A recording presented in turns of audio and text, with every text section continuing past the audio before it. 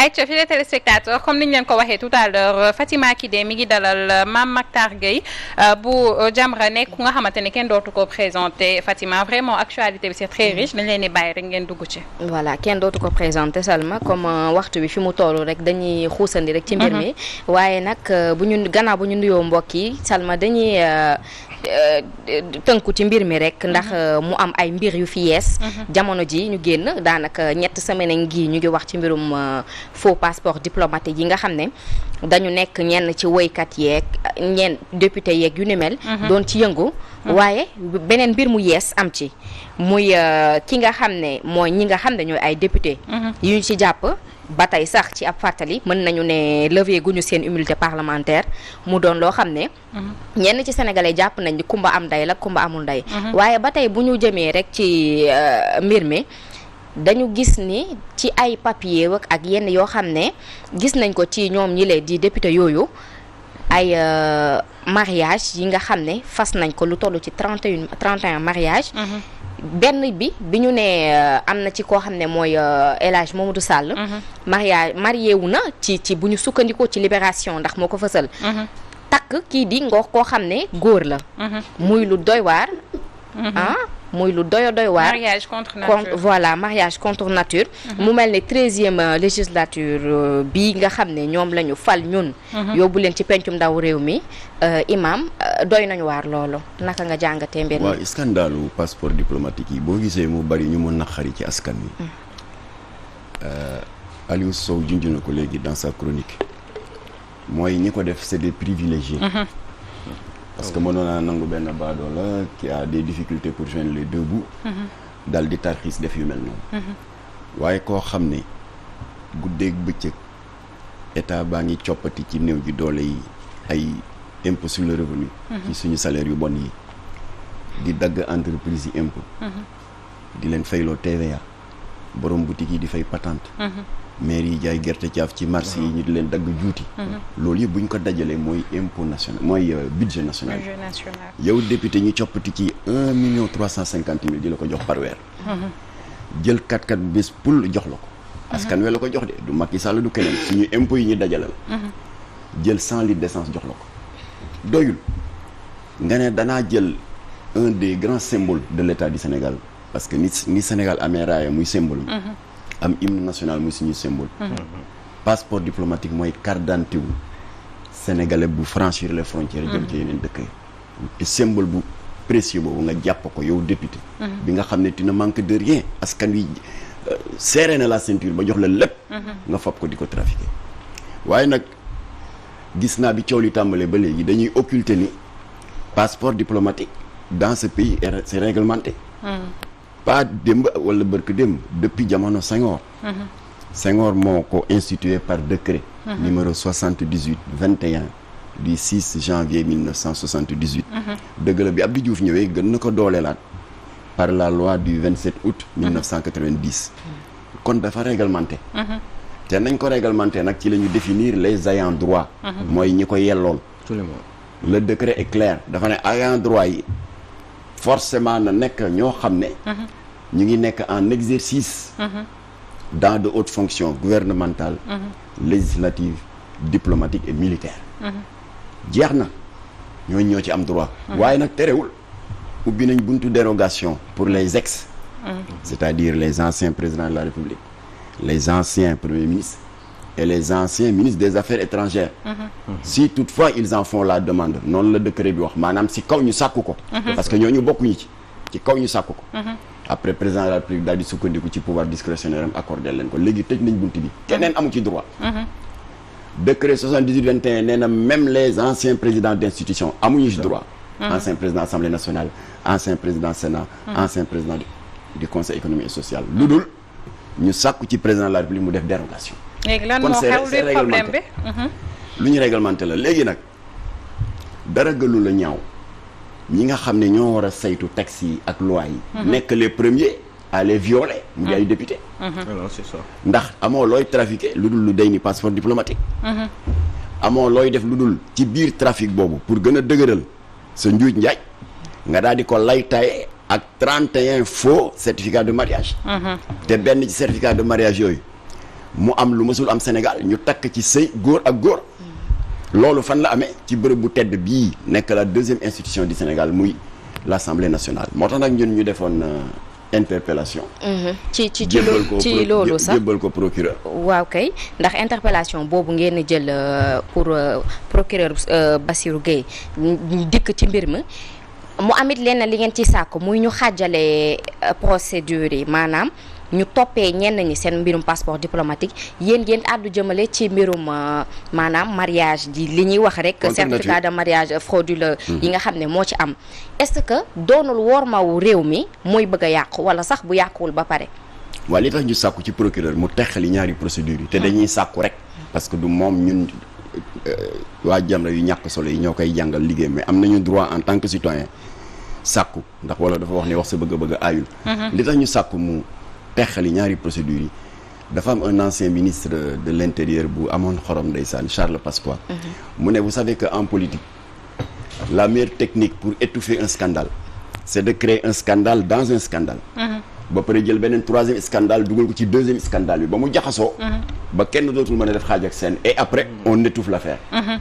loolu lañ ciy bañ moo tax ñu dañu bëgg mu ber le scandale qui est bien connu mu di usurpation de titres matrimoniaux ak recel de documents de voyage frauduleux nda ko tegee nii mais mu ber affaire u certificat de mariage yi nga xam ni daf ci am benn bu yéeme muy officier d'état civil bi ko signé dafa takk sëy góor ak góor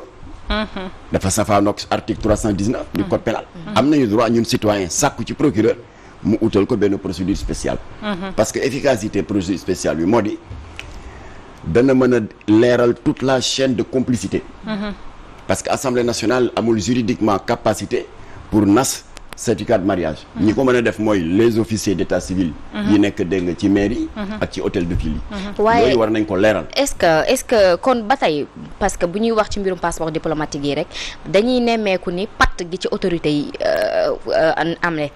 patt gi ñu def foofu foog ñu taxaw fa seetlu maanaam ñoom ñi nga xam ne ay kilifa lañ nekk ci gis mbir mi ak ñenn sax ci ñi nga xam ne parce que bu ñuy fàttali rek ñoom ñi nga xam ne ñoo nekk ci pencum ndaw réew mi ñun ñoo leen fal ñoo leen fa teg kon bu ñu demee dañu war a doxalee ci li nga xam ne ñun noonu lañ ko bëggee ñun population bi waaye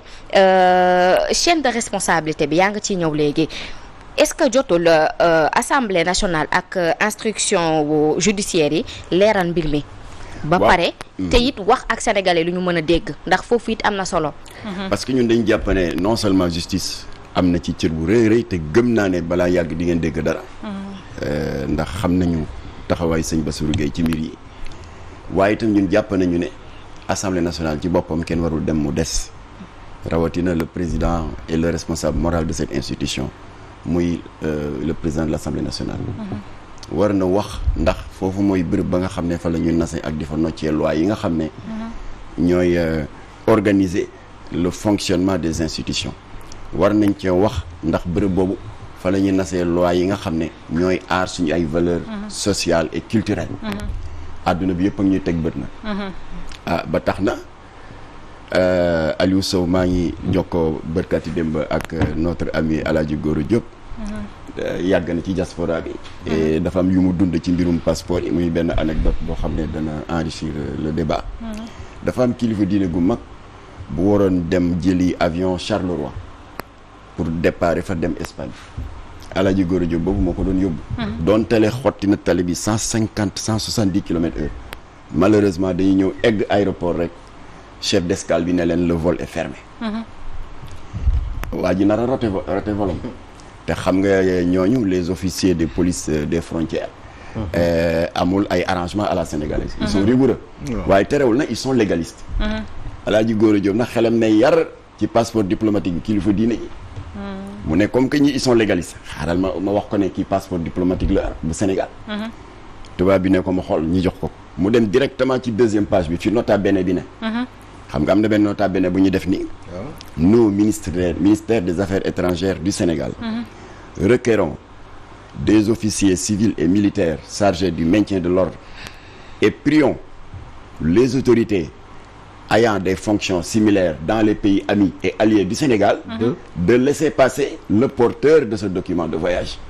et de lui apporter aide et assistance en cas de besoin. Si ça c'est rek la tubaab bi ne këcc ñu arrêté ak kii bi defaraat passagal bi kilifa gi dem yéeg pour wan la doole passeport diplomatique. waaye doole gi mën na mel na ne léegi ci doole googu diplomatique comme kayitu caaf fi ci da ngay gis ku yor passeport diplomatique par hasard ci biir circulation bi nga am accrochage ak beneen oto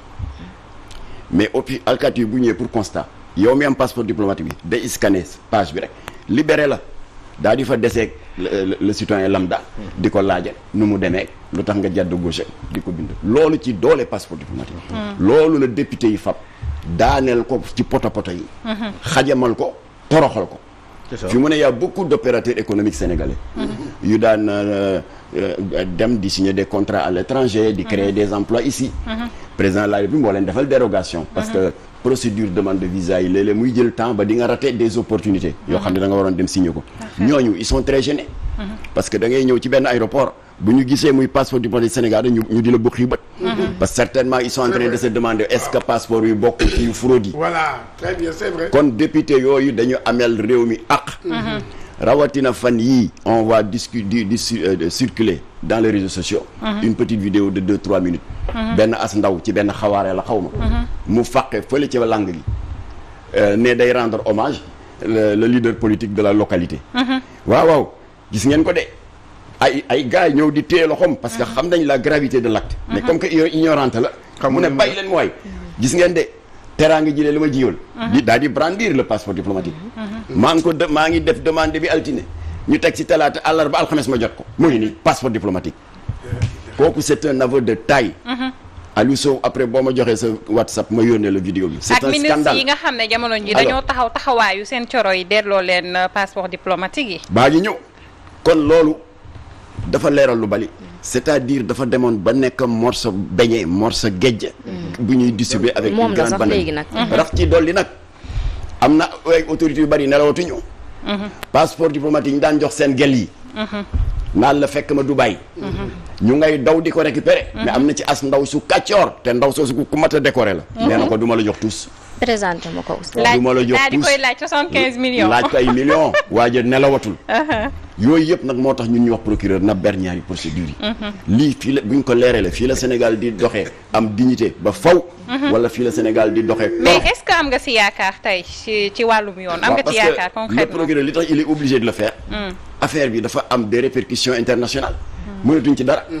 il y a des journaux français qui ont commencé à comparer ce que les députés ont fait avec la mafia sicilienne dañuy def lii banalité la fa il y a un leader de l'extrême droite française dem na bay wax de bandits à col blanc alors sur les 194 États membres des Nations Unies Sénégal amoon na un rang très honorable ci dignité passeport diplomatique ak dëgëraayam Sénégal xaweeku na ñu ngi ci 94 rang l'État est obligé de le régler waaye Imam parce que dina delloo la confiance auprès des partenaires économiques et diplomatiques du Sénégal doguma la foofu waaye ci mbirum ñoom ci ñeneen réew ñi ñu lay xoolee ndax jamono ji amaana ñun ñi nga xam ne sax ay passeport simple la ñor ñun ñoo leen ëpp grade ci réew mi léegi ci mbir moomu rek naka nga gisee wàllum lever immunité parlementaire bi Alioune Sow foofu nañu ci wax ndax ci Khalifa Sall may ñu ko dara Barthélémy Diaz may ñu ko dara ñeneen ak ñeneen ñi nga xam ne amoon nañu problème ci yenn mbir yi nga xam ne seen lever immunité parlementaire traîné wul ana lan moo tax ñoom ba tey ñuy nëppal mbir mi toog ba pare ku nekk di jaabaa jonge nu la neex ci dëkk bi di vaquer say occupation te nit ñi nekk ci njàkkare kilifa yi ak ñi nga xam ne sax amaana mooy suñu njiitu réew waroon a mën a génn wala def benn tweet sax wax ak sénégalais moo tax boo nee am nga yaakaar tamit foofu ma dool ci tuuti daf may xaw a jaaxal tuuti boo nee am nga yaakaar ci dossier bi waaw dafa am fu ma ko teg mais dinaa ci dikk léegi li tax ma wax ne jël affaire bi en charge c'est un problème de sécurité nationale lii dafa daloon Abdou Diouf en 98 tout le monde se souvient que la police française dañu for ci tefesu la Seine mu di le célèbre fleuve qui traverse Paris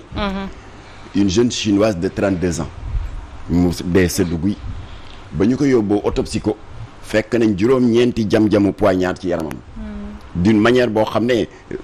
c'est presque rituelique de la mafia chinoise. ñu xam ne règlement de compte la. ba ñu defee autopsie bi futti ndaw si waaye ñu fekk ci poche vestam benn passeport diplomatique sénégalais en cours de validité. ba presse française bi di ñu kokkali naan ah bon les hauts cadres de l'administration sont en connexion avec la mafia chinoise léegi. si la Abdou Diouf mere daa di def table rase. c'est-à-dire remettre les compteurs à zéro. mais passeport diplomatique yi ne en circulation yëpp jeex na. su ko defee avantage loolu mooy ku ñëwati di demander dañu xam ndax am nga ci droit wala amul ci droit. parce que ndaw si ma la doon expliquer ci xawaare boobule. yëkkati passeport bi. xamul sax valeur am naan diw ma ko may de moo ma defal bii teraanga seetal jooju wax alors donc loolu remettre les compteurs à zéro ci solution yi la bokk ñu ngi koy réitérer Macky Sall il est temps procédure bi naa ci ñëw léegi surtout ak la lenteur de levée de l'immunité parlementaire il est temps pour redorer le blason de l'Assemblée nationale pour yëkkatiwaat respectabilité passeport diplomatique sénégalais comme que affaire bi dootul un problème sénégalo-sénégalais waaye dafa am répercussion internationale ku ko weddi duggal dans la presse française alors le président Macky Sall doit par décret anticiper nu mu tuddati la durée de validité des passeports parce que durée de vie bi dafa gàtt 1 an la léegi na def décret ne yëpp annulé lañ ko kon na ñëpp a delluwaat defaat la procédure xam nga su boobaa ku ñëw taxaw di nga xam ndax am na ci droit wala amu ci droit. Parfaitement. parce que le décret 78-21 wax naa leen ko sànq. nee na ñi ci am droit ils ont un point commun. c'est d'être en fonction d'être en exercice dans de hautes fonctions gouvernementales législatives diplomatiques et militaires. ñoo ci am droit. léegi nag def na dérogation pour les ex. c'est-à-dire ancien président de la République ancien premier ministre ancien ministre des Affaires étrangères jeex na.